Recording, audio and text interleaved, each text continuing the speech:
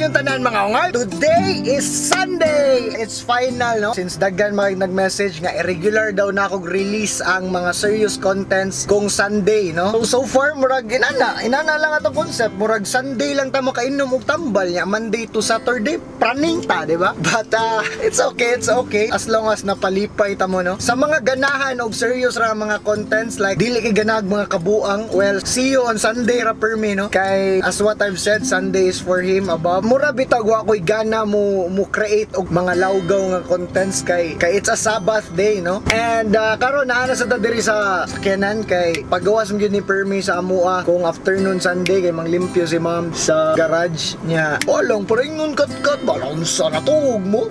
And speaking of natug mo, so karon nga Sunday guys, mao na akong ganahan i-breakdown nga word natug mo. So sa mga bag-o nga ungart diha, if wa mo kabaw unsa nang natug mo, mao na tong personal idiomatic expression, no? I check lang sa tong mga videos, and if ikaw katanaw ka nga video ron, ungart na ka. Alright, so ato i-breakdown ang word nga natug mo guys. So unsa man gyud meaning ana sa akong personal life kanang natug mo? So natug mo, no? More sa question, no? But that simply means nga to encourage you to take action, no? Dili magsigkatog, no? Take action. Kumbaga lihok tao, no? So mura na siya lihok, mura makag natug noon. Now, unsa ang taniya? So karon I want to connect the word take action sa karong Sunday. Today is Sunday. I want to connect the word take action if unsa may ma-connect na to nga Bible verse, no? And ato i-try kay today is Sunday. It's a serious content day. So the most common nga ipangtubag sa tao if muana kog take action, ang ilang answer nako is how can I start, no? How can I start? So ako i-try og discuss, no, personally if how you can start, no? So naiuban atat na kay mo take og action pero wasla ka ba, wasa sila mo start, no? Mangutana sila, asa man ko magsugod? Ganahan na kay kumulihok pero unsaon ako pagsugod? Asa ko magsugod? Now, here's the thing. Personally lang sa ako lang, I want you to find your strength, no? I want you to find the best version of yourself, no? No, sugdi karon. Actually, sa panahon nga nagpangita ka sa imong self, nagpangita ka sa imong strength, ni take na kaana og action. So, I want you to find your strength. So, for example, if you are creative, then be an artist and then think of how you can make profit sa imong mga art, no?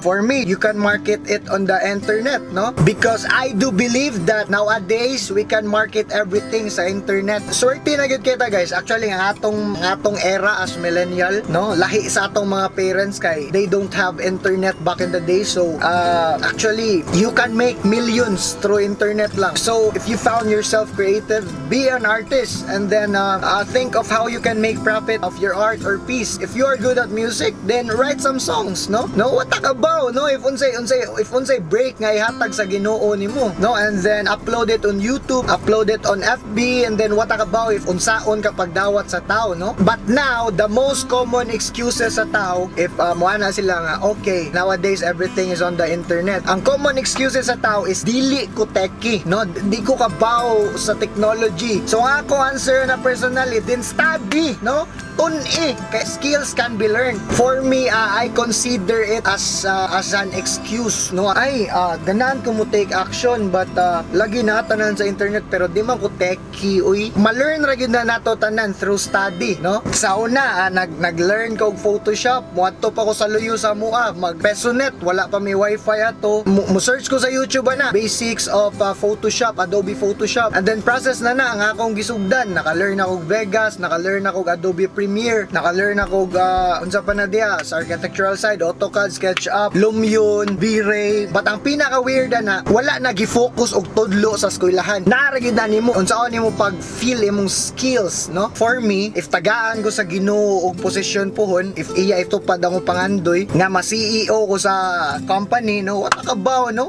Di na ko limita ng akong ambisyon na dapat inana ta ungart rich mindset community, ayaw limit sa imong pangandoy, ayaw limit. Libre na gay mangandoy mo pag yung limitan. So if tagaan ko sa position as CEO, no? Ako ignon ako mga HR nga dapat mo hire mong tao, dapat pangitaan ng good attitude, no? Ipapilion ko good attitude pero wala kayo skills, pero tao nga like bati siya attitude pero complete yung skills. Ari ko mo pili sa good attitude pero wala kay skills nga, no? Because skills can be learned, no? Pero ang attitude ambot unsaon na pag workout siguro inborn na daan, no? Built in na kumbaga. So again, ako nang balik-balik Domingo, no, skills can be learned. Dapat take action ay si katog. Siguro if imo siyang gi-consider as your guide sa imong path, then di ka madlock mo take og action. Exodus chapter 4 verse 12 ba? Abot lang kay namdom ba ko. Now therefore go, and I will be with your mouth, and I will teach you what you shall say. Kay ningon siya nga, lihok tao kay tabangan ko ikaw. Ambot lang sa dapat sa akong nabantayan, mostly sa mga tao, no. Sometimes, no, ang kaugalingon rasad nato ang mupildi sa atong kaugalingon, no. Like kanang imong thoughts nga, dili jud lagi ni nako kaya. Pero ang ending, wala pa gyud nimo gisuwayan, no. All I can say is that take action, no. Kung mahimo karong adlaw, sugde. Start it today, kay everything will follow. And then I want to share this favorite quotes, favorite quotes nina ko sa akong life. The distance between your dreams and reality is called action. Ang tunga daw na nilang duha is action. So para magkaabot ng duha, so para mag-abot ang dreams o reality, you must take action. You must feel this space. Aning tunga, di pwedeng mindset tanan, guys. Dapat sa gula nimo og action, no. Ako ganahan ko nga kitang tanan mga ongart. I don't know nganong gipa-build ko ni Lord og community, like naasan mo diya, everything happens for a reason. God let me to do this nga makastorya tiga diaron sa imong cellphone or sa imong computer, because I want nga kitang tanan mga ongart, ganahan ko ma-successful ta, ganahan ko rich mindset ta, ganahan ko madaanin ninyo atong mga words sa inyong life, sa inyong pagwadwad, ganahan ko nga ma-successful ta pohon nga maka-give back ta sa atong parents. I hope natanaw ninyo atong content last Sunday, kay mao toy pinakaunod if nganong nagwadwad taron, no. Ginahan ko in the future ang atong parents ma-proud nato, no. Ang pinaka real G good, guys, ang pinaka real G good, ang pinaka cool good nga tao kanang ma-proud imong mama nimo. Make your mama proud, and ikay pinaka cool na nga tao. So kamo tanan mga ongart, I want you to start it today. Lihok na today, take action today para in the future makabawi ta sa atong parents. Unsa pa? And of course, and also I have this favorite quotes, nga ako sa ning gidala-dala sa akong real life. Our future depends on what we are doing in the present. Alright, so kana lang sa, guys, sa karon nga Domingo, no. Ngit-ngit na sa matag kalugdri yaw-yaw ta sud sa auto, no. So I hope mga ongart naka-distribute na sa ko impact, nakatag na sa kog impact sa inyong pagwadwad, and I'm so happy nga inyo sang nadawat akong other side, no. So kana lang sa, guys, and akong hangyo is start your Monday with a productive day, no. I want you to be productive karon nga week, no. Start it today. Alright, amo si Katog. Do me a favor, take action. That's all.